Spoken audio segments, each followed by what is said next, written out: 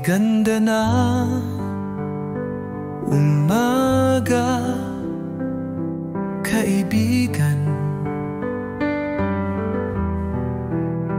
Pag si Jesus ang una nating pinasasalamatan,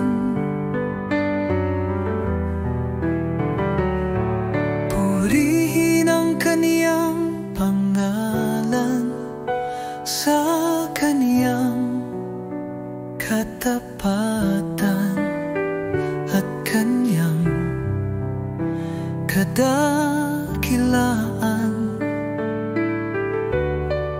Salamat Panginoon sa kabutihan at biyaya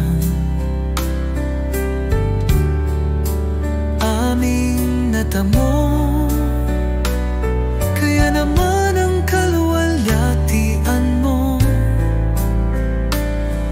ang palaging masasambit ng mga labing ito. Gaano man karami ng problema, ikaw pa rin ang una at pasasalamatan. Itatanghal ang makapangyarihan mong gawa sa buhay ko at sa mga tao. Salamat Panginoon.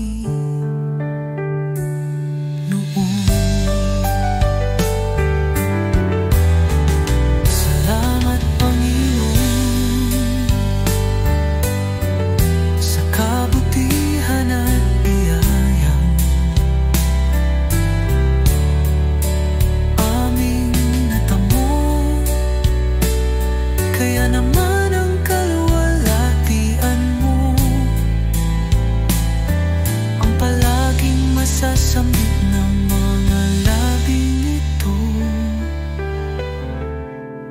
Kaamat Panginoon.